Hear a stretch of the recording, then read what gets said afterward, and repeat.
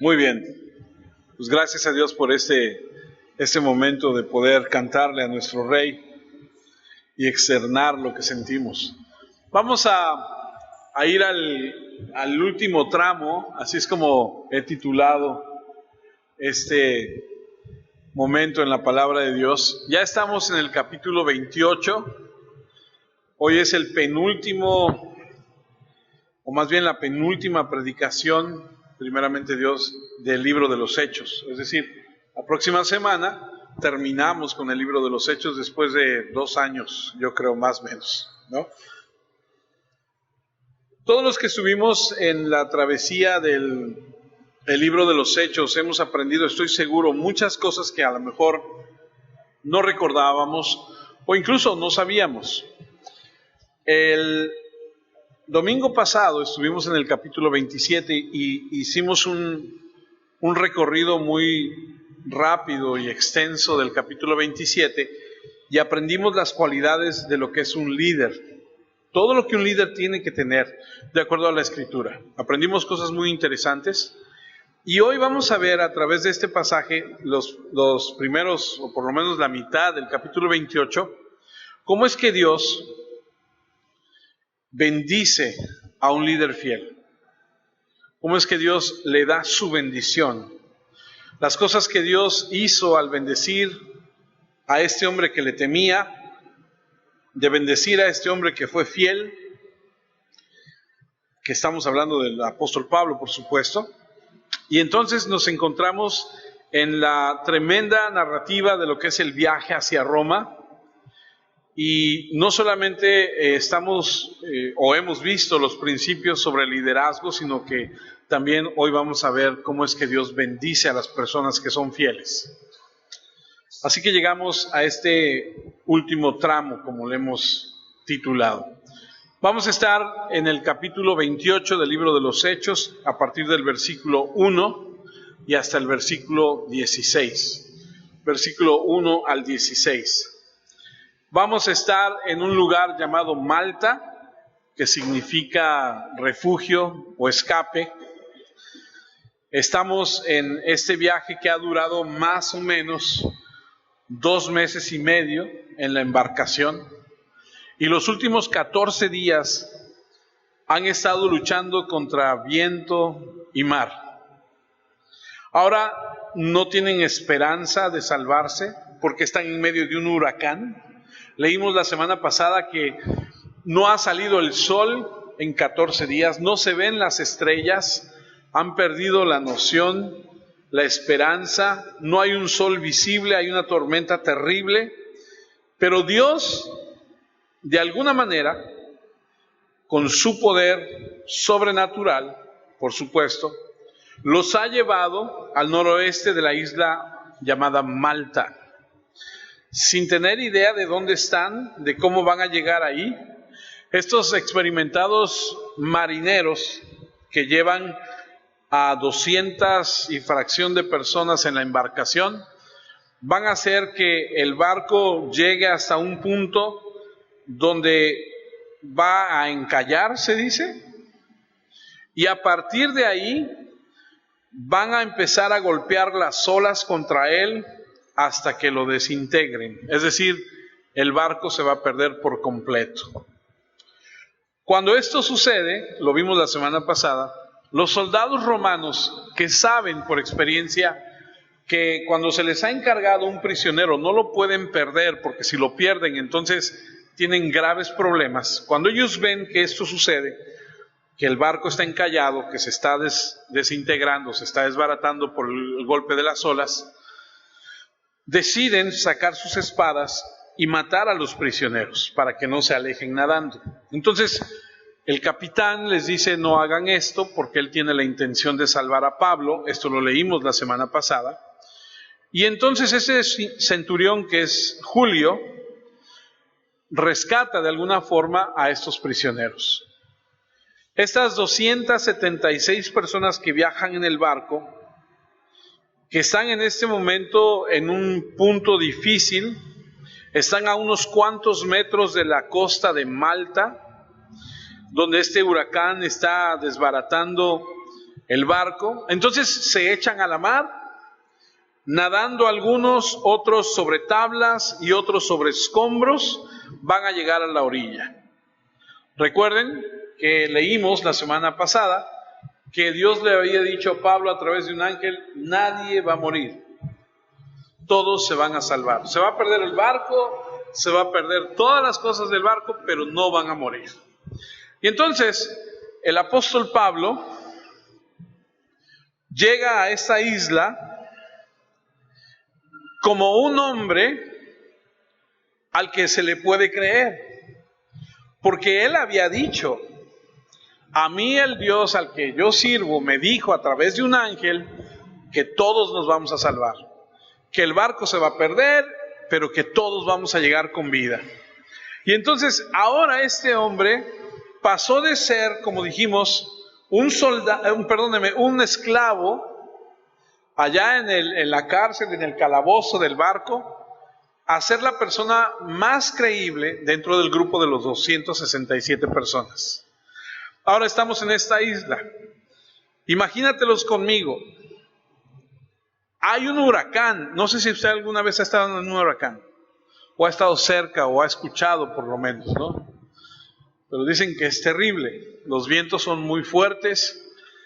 Y si el viento es fuerte, imagínate lo que le hace a la arena, que levanta y que la proyecta. O sea, es una situación bastante difícil. Viento, arena, hay cosas volando, hay lluvia. Estos hombres acaban de echarse a la mar, como pudieron llegaron a la orilla, están empapados. Recuerden que es una fecha que dijimos la semana pasada que es entre noviembre y diciembre.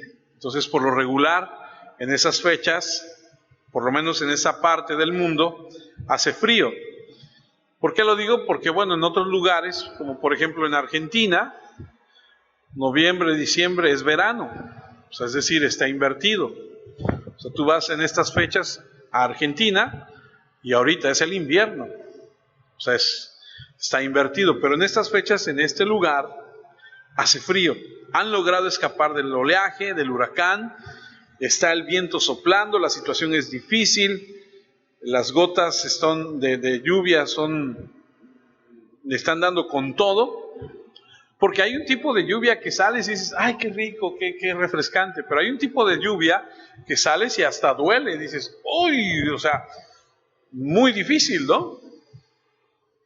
Y lo primero que vamos a ver cuando estos hombres llegan a este lugar de Malta es algo que debe llamarnos la atención a todos los que somos cristianos.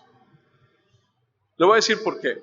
Porque es una de las características que usted y yo tenemos que tener como cristianos. Una de las características que más deben sobresalir en los cristianos para con otras personas. ¿Alguien me podría decir cuál cree que es? Lo hemos dicho en varias ocasiones. La Biblia lo dice. ¿Alguien? Pero hacia otras personas. Cuando se trata de interactuar con otras personas, una de las características que distinguía a los apóstoles era el amor que se tenían uno con el otro. Pero hay otra característica que tiene que ser parte de nosotros, es la hospitalidad. Y lo primero que vamos a ver aquí es que la hospitalidad, que debe ser característica de nosotros, los cristianos, va a aparecer en este pueblo de Malta, que, dicho sea de paso, no ha escuchado el Evangelio. Sin embargo, vamos a ver cómo estas personas son hospitalarios. Pero antes de ir ahí, creo que sería bueno poner la base para recordar que la característica de un cristiano debe ser la hospitalidad. Acompáñenme a 1 de Pedro 4:9, para que no digan: ¿quién sabe de dónde se está sacando eso? 1 de Pedro 4:9 dice: reciban a todos en su casa sin... Ay, ¿se va a quedar? Oye, mi amor, pero es que no tiene dónde ir. Sí, pero ¿dónde lo vamos a poner? Un pleito muy común entre esposa y esposo. Le dijiste que se quedara, pero ¿cómo? ¿Y dónde va a dormir? ¿No? Primera de Pedro dice aquí muy claramente, ¿reciban a sus familiares? No. Dice, reciban a todos. ¿Y todos es? Todos. Y luego añade, como si supiera, ¿no? Sin quejarse. No sé si usted sepa un poquito acerca de la famosísima tradición cultural que hay en el Medio Oriente. Se dice que en el Medio Oriente tú puedes llegar a un lugar y decirle a la persona, quiero ser tu huésped. Y está obligado a atenderte, a brindarte todas las comodidades que necesites. No sé si usted sepa, pero los mexicanos somos mundialmente conocidos por ser amables, por ser incluso hospitalarios, por ser afables, digo, por muchas cosas, pero esa es una de las que también se nos reconoce. Apenas estaba yo hace, no sé, 3 semanas con un hindú y su esposa ucraniana. Imagínate esa combinación. Él parece mi primo hermano, ¿no? Y ella es rubia, así de blanca, como esas, ¿cómo se llaman las esas las que hacen ruido? Es así, ¿no? Casi transparente, ¿no? Y él es así prieto como Johnny Laboriel. Y por cuestiones de trabajo yo estaba atendiéndolos y fuimos a comer. Estamos en la mesa sentados, platicando, comiendo, y yo no me percaté, la verdad lo confieso, de que pues nos metimos en la plática, ¿no? Y pues ellos no hablan una pizca de español, y entonces estábamos platicando, que sí, que Washington, que no sé qué, que no sé qué. Y yo escuchaba risas, y entonces de repente volteo así, y hay una mesa completita de una familia mexicana, la mamá, el papá, los sobrinos, los tíos, la tía, o sea, un montón, y están, y volteaban a verme, y se reían, ¿no? Yo decía, estos me están botaneando a mí. Y empezamos a hablar, porque él vive en Alemania, se va a venir a vivir a México, y me decía, en Alemania es muy difícil porque la gente es muy fría. O sea, si tú no tienes un amigo, o sea, que llegues, que alguien te conozca es difícil. Y si llegas a entablar una amistad con alguien, o sea, te puede decir, nos vemos para ir a tomarnos un café el próximo mes, y dice, y de ahí lo vas a volver a invitar en 6 meses. Le digo, no, viejo, aquí nosotros somos... Le digo, es más, yo te apuesto en lo que tú quieras, así te lo digo. Yo me paro, voy a aquella mesa que está aquí a un lado, yo le digo a las personas que están aquí a un lado, hey familia, ¿cómo están? Qué gusto verles, les quiero presentar a unos amigos, él es de la India y ella es de Ucrania, y ya ve cómo está la situación ahorita allá en Ucrania, y los rusos y todo eso. ¿No les gustaría conocerlos? Te apuesto en lo que quieras que me dicen, tráelos, siéntalos, vamos a platicar. Así de la nada, así somos. ¿Sí? Así somos. Conozco gente que de repente vas caminando por la calle y ven a alguien que es extranjero y de la nada, sin conocerlo, hey, ¿cómo estás? Y ya empiezan a hablarles y todo. A mí luego me ven y me dicen, hey, Washington, ¿no?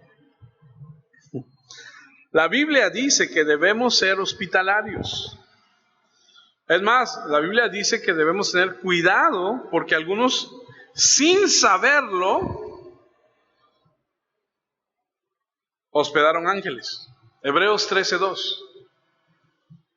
Den hospedaje a los que lo necesiten, pues recuerde que algunos que así lo hicieron, sin darse cuenta, hospedaron ángeles.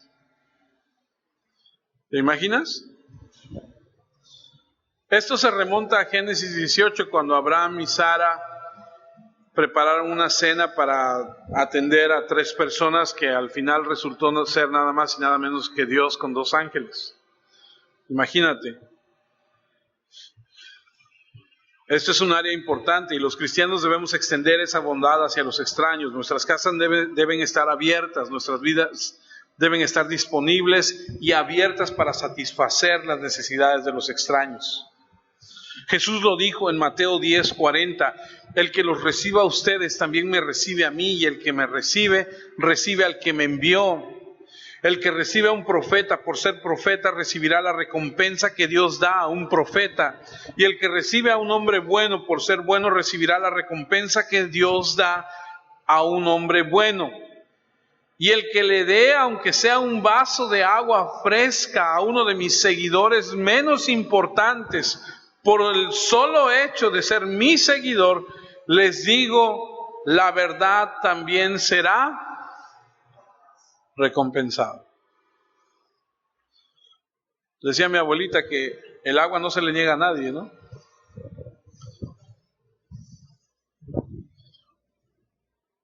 En otras palabras, dice, cuando ustedes salgan y prediquen y vayan con la gente, su hospitalidad hacia ustedes va a resultar en la bendición de Dios para ellos. Porque Dios siempre ha tomado en alto la hospitalidad, la amabilidad, la mansedumbre, la bondad hacia los extraños. Y eso definitivamente tiene que ser parte de nuestro testimonio cristiano. Jesús, hablando de eso allá en Lucas 12, no vaya ya porque Lucas 9, no lo tenemos, pero usted se va a acordar de esto. Les decía, cuando vayan a predicar a alguna casa y no lo reciban, dice, cuando salgas de esa ciudad, sacúdete el polvo de tus pies, que va a servir en contra de ellos como testimonio. Esto es muy fuerte porque la falta de hospitalidad en ese momento resulta en cómo tratas a las personas como si fueran gentiles, que era lo peor que se podría hacer a un judío. Es decir, los judíos y los gentiles no tenían buena comunión, y entonces el hacer esto, que alguien no te recibiera y que tú te sacudieras el polvo de los pies, era algo muy serio que se tomaba en referencia a esto y hacia estas personas. Romanos 12:13 dice, cuiden a los necesitados que hay en el pueblo de Dios. Busquen y reciban en su casa a los que ¿qué? Necesitan ayuda. Estas son las exhortaciones para los cristianos. Debemos ser dados a la hospitalidad. Debemos tener la actitud de amar a los extraños. Vivimos en un mundo difícil, lo sé. Estamos en tiempos difíciles, lo sé.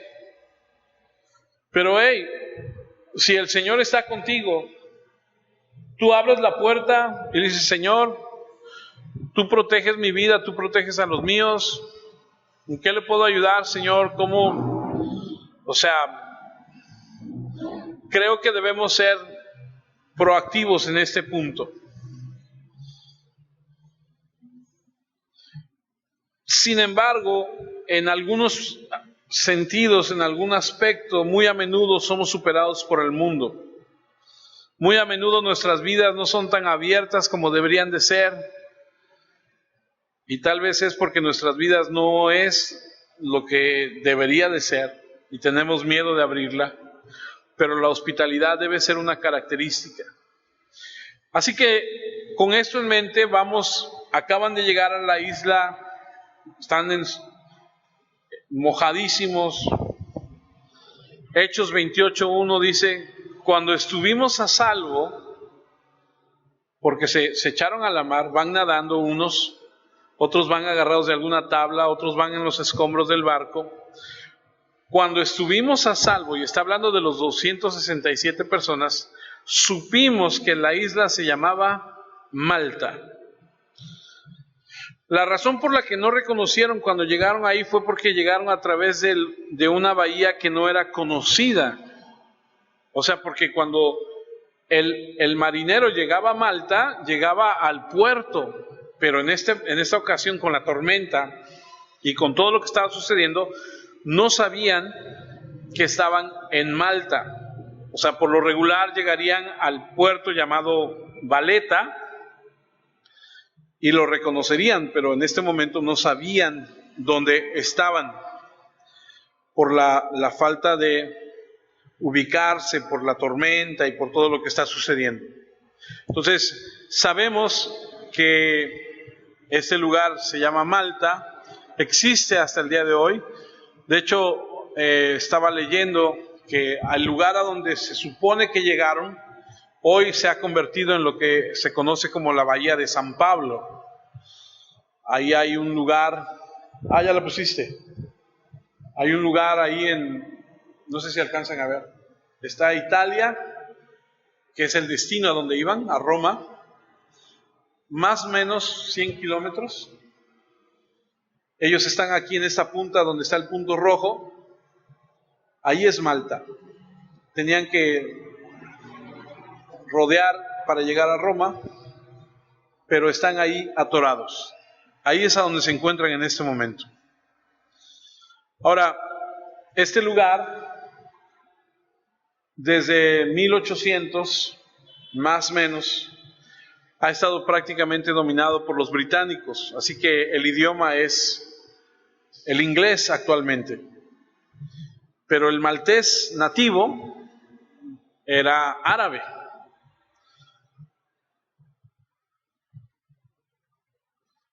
Se le conoce o se le conocía como el lugar de escape, el lugar de refugio. Eso era lo que así lo habían bautizado. Hechos 28:2. Estaba lloviendo y hacía frío, pero la gente que vivía ahí, ¿cómo dice? Fue muy amable. Nos hicieron una fogata y nos recibieron a todos. Ahora, imagínate conmigo una fogata para 267 personas. O sea, no es ahí, tráete 3 palitos y vamos a hacer una fogata. Tiene que haber sido un fogatón, ¿no? Así de esos, pero marca Acme, así del tamaño de este lugar, así para que ardiera, para que calentara 267 personas. Como les dije, es noviembre, hace frío, está el huracán, están empapados, están expuestos al viento. ¿Te has mojado y ha estado corriendo el viento? Se siente frío, aunque no sea diciembre, ¿no? Y ahí están.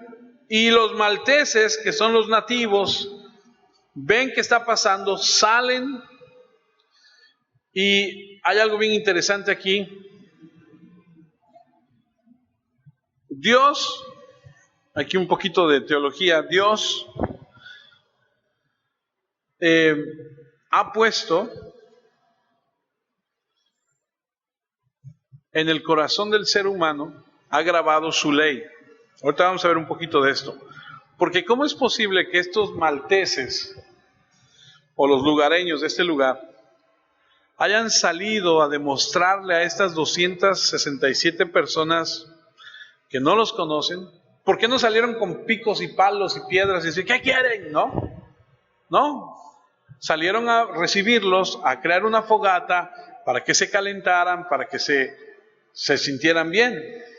O sea, los reciben como deben recibirse a los invitados, o en este caso a las personas que llegan de imprevisto.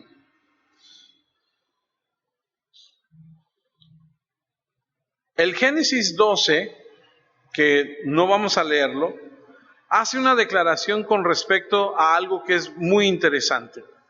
Cuando Dios aparta a este hombre llamado Abraham, que es el padre de los judíos, le dice, de ti voy a hacer una gran nación y te voy a bendecir de esta forma. Fíjese la bendición que Dios le da a Abraham. Le dice, de ti voy a hacer una gran nación y la bendición que te voy a dar va a ser de tal forma que el que te bendiga, yo lo voy a bendecir. Y el que te maldiga, yo lo voy a maldecir. La forma en que el mundo trata al pueblo de Dios determina la bendición de Dios para esas personas. Cuando tú lees Mateo 24 y Mateo 25, te das cuenta que es el juicio, lo has leído, de las ovejas y de las cabras, cuando dice, estas van para la derecha y estas van para la izquierda. ¿Sí lo has leído alguna vez? Bueno, las cabras, todo esto está determinado por cómo las naciones trataron a Israel, la actitud que tuvieron hacia el pueblo de Dios. Si tú recuerdas y sabes un poco de la historia, entenderás que en el tiempo de los discípulos, cuando predicaban de un lugar a otro, no había hoteles, no había como tal, nos vamos a hospedar en el Hotel Mansur o nos vamos a hospedar en tal lugar. Se quedaban a dormir en los lugares donde la gente les abría sus casas. Y Dios siempre ha tenido esto en cuenta. Dios siempre ha notado la bondad del mundo pagano hacia los suyos y ha sido así que les ha bendecido a estas personas. Malta es un lugar de gente extraños en el Evangelio, pero amables. Hechos 28:2, estaba lloviendo, hacía frío. La gente que vivía ahí fue muy amable, nos hicieron una fogata y nos recibieron a todos. Fue una bondad extraordinaria, un gesto hacia ellos. Y yo no sé si alguna vez has escuchado acerca de la depravación del hombre. Esta depravación del hombre habla lo que dice la Escritura, no hay un hombre, no hay uno solo que sea bueno, no hay quien busque a Dios. ¿Lo ha escuchado? Esta parte de la depravación del hombre nos muestra y nos enseña que todo hombre dentro de sí tiende hacia el mal. Ahora, aquí hay una situación porque mucha gente dice, bueno, pero el hombre también hace actos de bondad. Pues sí es cierto, el hombre hace actos de bondad, pero eso no le alcanza para ser salvo. El hombre tiende siempre a ir hacia lo malo, aunque tiene rasgos de bondad. Hace buenas obras en tiempos de necesidad. Conozco gente que da alguna donación o ha escuchado de la gente millonaria que de repente dice, voy a escribir un cheque, lo voy a dar a los niños de África o cosas así, pero que su vida está perdida. Eso es verdad. Jesús, hablando un poco de esto, dice en Lucas capítulo 10 versículo 30, usted lo conoce como el buen samaritano, dice lo siguiente: Jesús le respondió, un hombre iba de Jerusalén a Jericó, los ladrones lo rodearon, le quitaron la ropa, lo golpearon y lo dejaron medio muerto. Dio la casualidad que venía un sacerdote por el mismo camino. Cuando vio al hombre, siguió por otro lado. De la misma manera, un levita pasó por el mismo lugar, vio al hombre, pero también siguió por otro lado. Pero un samaritano que viajaba por ahí llegó a donde estaba el hombre y al verlo se compadeció de él. Entonces se acercó al hombre, derramó aceite y vino en las heridas y las vendó. Luego lo montó en su animal de carga y lo llevó a una pequeña posada donde lo cuidó. Al siguiente día, el samaritano le dio 2 monedas de plata al encargado de la posada y le dijo, cuídalo, y si se necesita más, te pagaré cuando regrese. Y luego hace una pregunta en el versículo 36. ¿Cuál de los 3 crees tú que fue el semejante del hombre que estaba medio muerto en el camino? El experto de la ley le contestó, el que tuvo compasión de él. Y entonces Jesús le dice, ve y haz tú lo mismo. Aquí nuevamente nuestro Señor relata la historia de un hombre que no es particularmente cristiano. El punto es que aquí hay un hombre que extiende la bondad, y lo que quiero resaltar de esto es que dentro del corazón de los hombres, incluso de los paganos, existe la capacidad de hacer cosas buenas. Como les dije, hay filántropos a través de la historia y a través del mundo que no han sido cristianos y que dan mucho dinero. ¿Y cuál es el punto? Precisamente Romanos 2:14. Los que no son judíos no conocen la ley.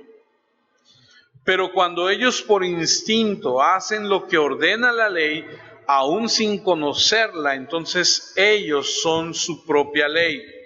Demuestran que en su mente está escrito lo que está bien y lo que está mal, así como dice la ley, y su conciencia les sirve de testigo. Sus razonamientos los condenan o los defienden, porque cuando hacen lo malo, tienen remordimientos, y cuando hacen el bien, saben que hacen bien y no se sienten culpables. Esto es parte de lo que nosotros podemos entender cuando alguien dice, ¿y los aztecas? ¿Y los incas? ¿Y los chichimecas? ¿Y todos los ancestros que no escucharon de Cristo? ¿Qué? Ahí está. Dios en el corazón del hombre ha plasmado. Y el hombre, aunque no conozca de Dios, tiene dos. Hace el bien, y ese bien, él no conoce a Dios. Hace el bien y se siente bien. ¿Y qué va a pasar en el día del juicio? Eso es lo que lo va a defender o lo va a condenar. Entonces, aquí la actividad del pueblo de Malta es una ilustración clásica de la revelación interna de Dios al pagano. Porque incluso un individuo sin un conocimiento de la ley mosaica, que dice amar a su prójimo como a ti mismo, en esencia ese hombre puede hacer algo bueno. Versículo 27 de Romanos. Ustedes los judíos tienen la ley escrita y la circuncisión, pero no obedecen la ley. Así que cuando los que en el cuerpo no están circuncidados obedecen la ley, están demostrando que ustedes son culpables. ¿Sabes qué está diciendo?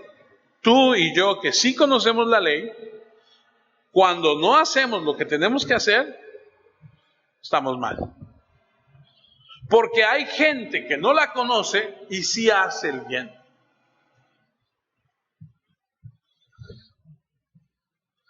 En otras palabras, el pagano que obedece la ley interior está mejor que tú, que tienes la ley exterior y que no la obedeces. Y entonces aquí vemos a estos extraños con una amabilidad que salen, que preparan todo para estas 276 o 67 o las que hayan sido personas. Hechos 28:3, Pablo recogió unos palos y los estaba poniendo en la fogata cuando una serpiente salió por el calor y lo mordió en la mano. Por eso ahora entiendo, si alguna vez te has preguntado ¿por qué queman la caña? ¿Alguien sabía por qué queman la caña? ¿Alguna vez, por qué hay tanto tizne? Digo, porque en nuestra región aquí en Córdoba hay tizne en todos lados y a cada rato, y las señoras dicen, hoy la ve y hay un montón de tizne, ya se manchó, o ya se metió a la casa. Queman la caña para alejar los animales, para que entren los trabajadores y poder cortar la caña sin exponerse. Parte debe llevar otro proceso, pero esa es una de las razones también. Aquí cuando la fogata está, sale una serpiente, muerde la mano de Pablo, y aquí viene una enseñanza. Pablo ha establecido que lo que él dijo se cumplió. Él es el líder en la credibilidad en este momento con los que venían en el barco. Él empezó a darles órdenes y a decir, vamos a hacer esto, hagan aquello, hay que hacer esto. Y entonces todo el mundo empezó a obedecer a Pablo de repente porque le creían. Llegan a la isla de donde están ahorita, y la mentalidad normal de un líder es no rebajarse a hacer las tareas simples, humildes, serviciales, porque espera que los demás lo hagan. Pero me apresuro a decir que el verdadero líder espiritual, como sabe, se rebaja a un nivel para hacer exactamente lo que espera de otras personas. En otras palabras, se convierte en un siervo. En otras palabras, somos personas que servimos, no esperamos a que nos sirvan. Esa es la razón. Y Pablo, por eso es que vemos que está recogiendo palos, porque Pablo no llegó y dijo, tengo mucho frío, por favor apúrense, y por ahí calientan el café, hazte algo para que comamos todos, ¿no? A ver, las mujeres organizan, las señoras, que rápido, que se pongan a palmear algo para que podamos... No. ¿Qué hizo Pablo? Pablo empezó a recoger leña y dijo, vamos todos a participar para que esto pueda ser más rápido. Y en lo que él está haciendo eso, ahí todo empapado, todo mojado, mientras sopla el viento de esta terrible tempestad, lo muerde una víbora. Recuerden que Jesús dijo que el Hijo del Hombre vino para servir, no para que le sirvan. Vino para dar su vida en rescate de muchos. Esa es la cualidad de un líder. Eso lo vimos la semana pasada. La mentalidad de servir. Y se requiere humildad para llevar a cabo este liderazgo espiritual. ¿Se acuerdan que Jesús le lavó los pies a los discípulos? ¿Se acuerdan que Pedro dijo, no, a mí cómo me vas a lavar? Dijo, no, entonces si no eres parte, entonces, no, entonces sí, báñame todo si quieres, ¿no? O sea, no quería que le lavaran los pies. Jesús le lavó los pies a sus discípulos. Se humilló, se puso en el lugar del sirviente. Así que los líderes debemos satisfacer la necesidad de los demás. Si eres demasiado importante como para ensuciarte, entonces eres demasiado importante como para lavarte los pies. Y aquí vemos a Pablo, sin imaginar lo que iba a suceder, que lo muerde la víbora. Y Hechos 28:4 dice, los de la isla vieron a la serpiente colgando de la mano de Pablo y dijeron, este hombre debe ser un asesino. No murió en el mar, pero la justicia divina no lo deja vivir. Obviamente es un pueblo pagano que cree en los dioses griegos, en la teología que ellos tienen, porque dicen, se salvó del mar, pero la justicia divina le hizo y ahora va a morir. Y estaba leyendo algún comentario que decía que debió ser conocida la serpiente porque cuando la vieron dijeron, es tal serpiente, ¿no? Como nosotros en esta región, si nosotros vemos una víbora que tiene negro, naranja y blanco, decimos, esa es una serpiente, coralillo, ¿no? Esa es venenosa, pero ahora resulta que hay las que son las falsas, coralillo, y las que sí son, y bueno. Pero aquí debieron haber conocido y dijeron, este se va a morir. Se va a morir porque la justicia divina se va a cumplir. Y de alguna forma estaba pensando, nosotros también hemos de alguna manera, ¿cómo decirlo? Hemos hecho también de la justicia un ídolo. Cuando se habla de la justicia, se representa normalmente a través de una mujer que está sosteniendo en su mano una balanza y la mujer está ciega, ¿no? Así es como hemos idealizado, o no sé si es el término correcto, O sea, hemos hecho un ídolo de eso, sin querer. Y eso es lo que hicieron los griegos también. Entonces, creían que iba a caer muerto. Ellos no sabían del evangelio, del cristianismo. No tenían idea de quién era este hombre.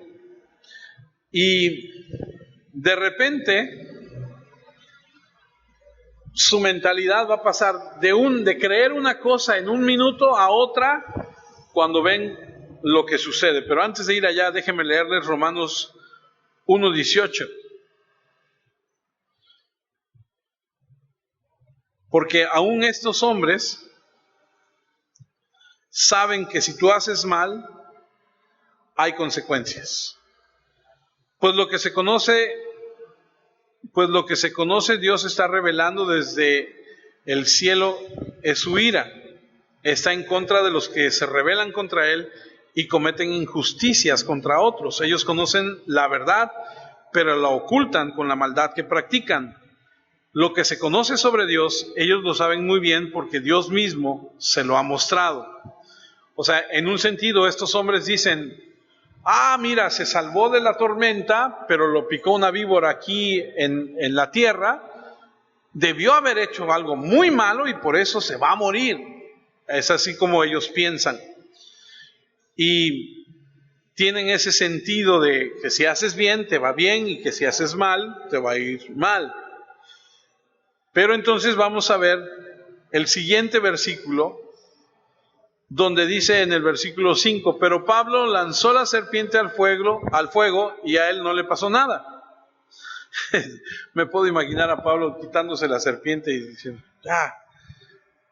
y ellos esperaban que saliera corriendo y gritando y agitándose, pero es interesante ver que el cumplimiento de la profecía se da con la vida de Pablo. Lucas 10:19 dice, tengan la seguridad de que les ha dado autoridad de aplastar escorpiones y serpientes y autoridad sobre todo el poder del enemigo. Nada les hará daño. Ahora, esto fue para los apóstoles, para los que predicaban el evangelio en aquel entonces. ¿Con qué finalidad? Para que la gente creyera lo que predicaban. O sea, no vaya usted a querer ir a tomar una serpiente y miren, y yo declaro, porque se nos va a ir, Marcos 16:18 dice, también tomarán serpientes en las manos, y si llegan a tomar veneno, no les hará daño. Además podrán sanar a los enfermos tocándoles con las manos. Recuerde, esto es y fue para ellos nada más, con la finalidad de que la gente que viera esto entendiera que eran enviados por Dios. Eso ya no aplica para nosotros. Era para confirmar que son apóstoles, para confirmar que su fuente es divina, para confirmar la palabra. Y ahora, Hechos 28:6 dice que los nativos de ahí, de este lugar, ellos esperaban que se hinchara o cayera muerto, pero después de esperar mucho, vieron que no le pasó nada, así que cambiaron de opinión y empezaron a decir que Pablo era un Dios. Hace unos minutos decían, es un asesino desgraciado, por eso se va a morir, y ahora resulta que es un Dios. Ahí podemos ver la ignorancia en el sentido de que no saben qué está pasando. Podemos ver el milagro de Dios también. Y no sé si usted recuerde, pero en alguna otra ocasión cuando Pablo, algo sucedió en la vida de Pablo, también dijeron, este es un Dios, y ofrecieron animales y todo, y Pablo se rasgó y dijo la ropa y dijo, no, eso no está bien, no es así. Hechos 28:7 dice, cerca de ahí había unos terrenos que pertenecían a Publio, el funcionario romano más importante de la isla. Él los recibió en su casa. Ahora, imagínense conmigo, Publio yendo a ver a su esposa. Mi amor, le vamos a dar hospedaje. Ah, sí, ¿a cuántos? Son 276. Imagínate el tamaño de la casa de Publio, ¿no? Pobrecito, ha de haber tenido una casa de Infonavit, una casa pequeña, una casa ahí de 2x2, ¿no? Él nos recibió en su casa, está hablando Lucas, acuérdense que Lucas es el que narra. Fue muy amable y nos quedamos ahí 3 días.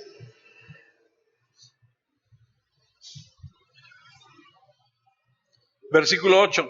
El papá de Publio estaba muy enfermo de fiebre,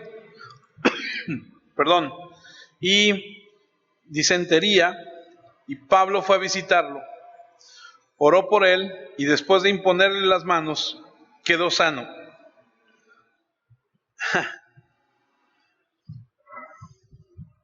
Aquí vemos que el poder de Dios se empieza a manifestar.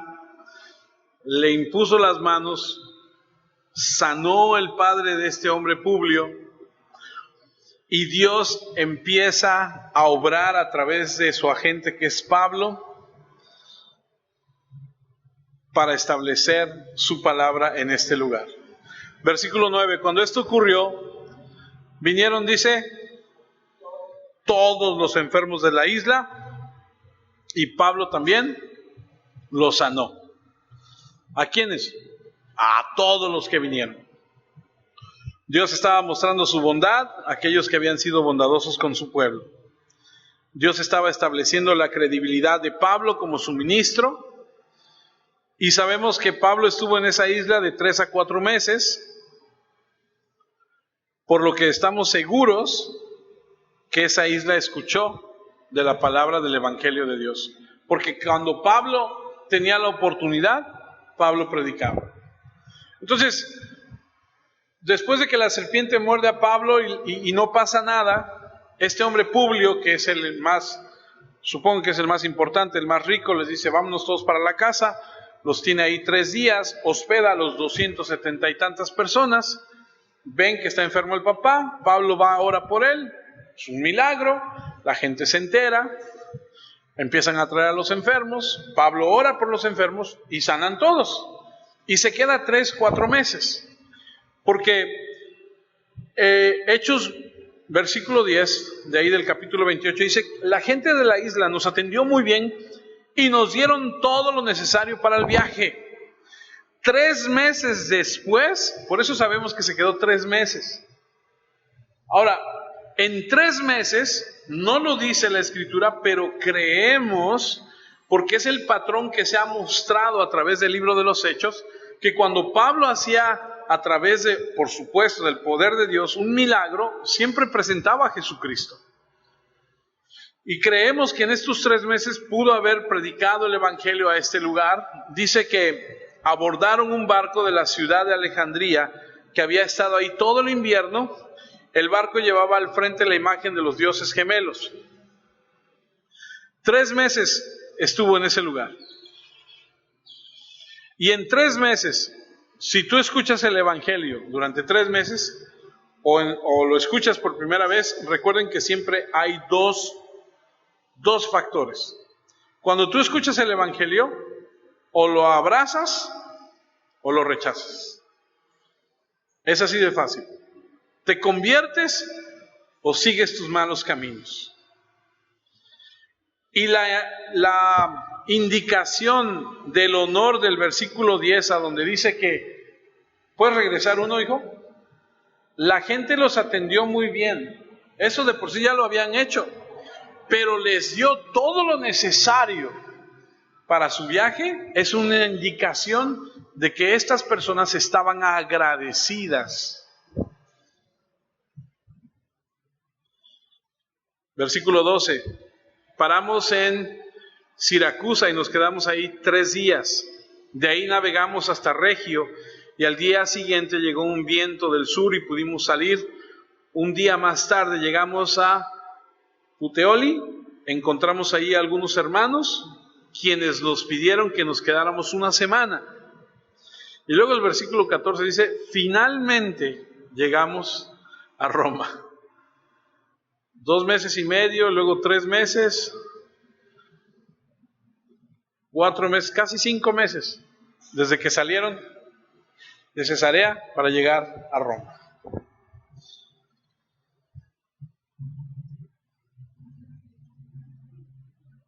Por lo que podemos leer ahí, hay hermanos. Pablo nunca había estado ahí en ese lugar. La iglesia de Roma no la fundó Pablo. Pablo escribió una carta a los romanos, pero ya había hermanos ahí. Él no fundó esa iglesia.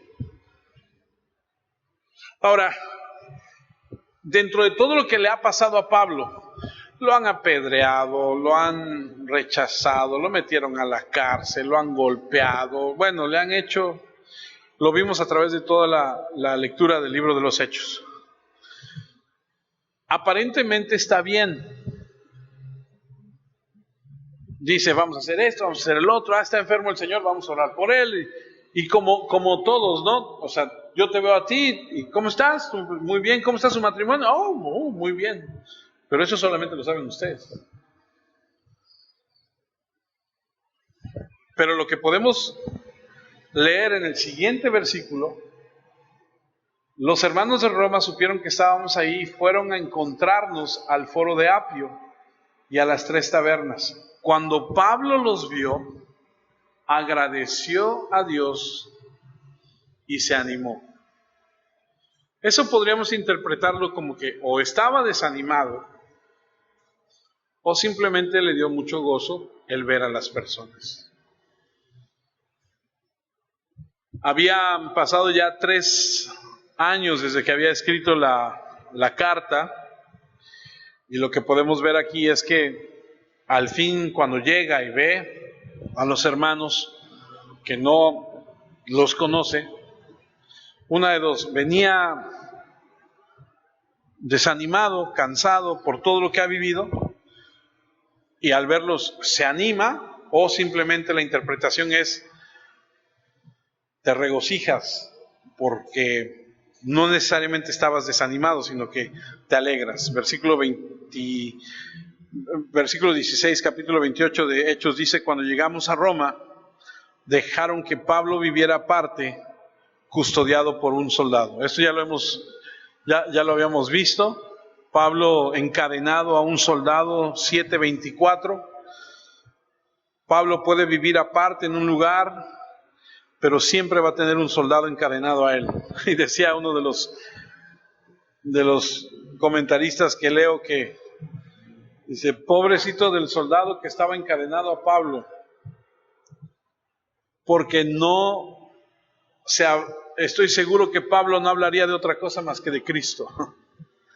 Y está encadenado a él. ¿Me vas a escuchar o me vas a escuchar? Pablo tenía ahí su casa propia, su guardia propia. La gente podía ir a visitarlo.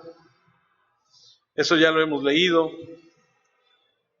Y termino con esto. Cuando vemos la vida de Pablo, su fidelidad, su perseverancia, vemos que Dios lo rodea con amabilidad de la gente hacia él. No siempre, por supuesto, pero siempre que lo necesitó, así fue. Porque cuando lo necesitó, lo atendieron, lo ayudaron. Dios ministró sus necesidades. Podemos ver que lo anima una y otra vez.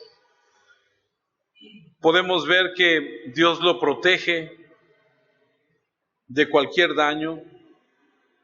Dios bendice a Pablo para que sea de una influencia hacia otras personas.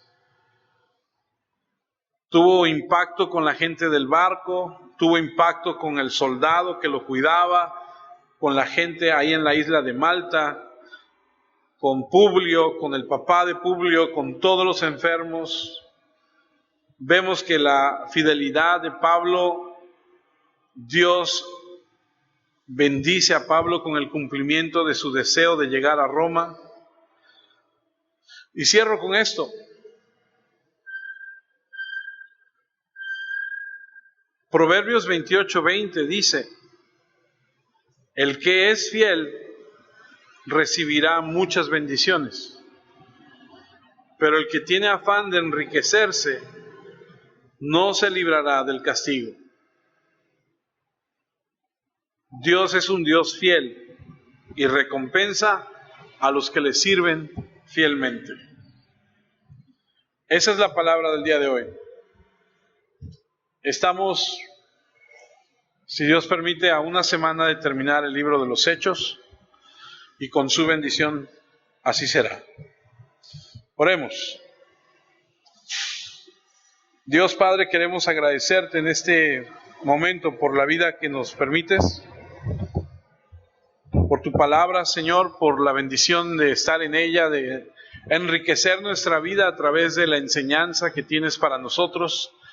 Queremos pedirte, Señor, que lo que hemos visto a través de la vida de Pablo y de lo que tú has hecho en la vida de él, y de las muchas ocasiones en que hemos descubierto que las similitudes entre él y tu Hijo Jesucristo son muchas, queremos pedirte que nos ayudes a ser como tu Hijo Jesucristo. Y gracias por mostrarlo en la vida de Pablo, porque de repente pensar en Jesucristo, algunos podríamos decir, bueno, es que Él es Dios. Pero cuando lo vemos en la vida de Pablo, podemos entender que es posible, porque Pablo es un hombre como nosotros.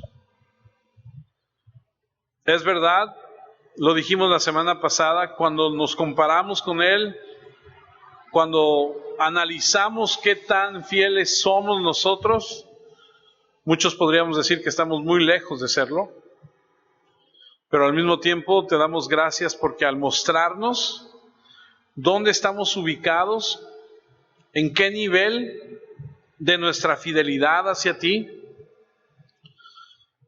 podemos mejorar, podemos pedirte que nos ayudes, podemos caminar hacia ello.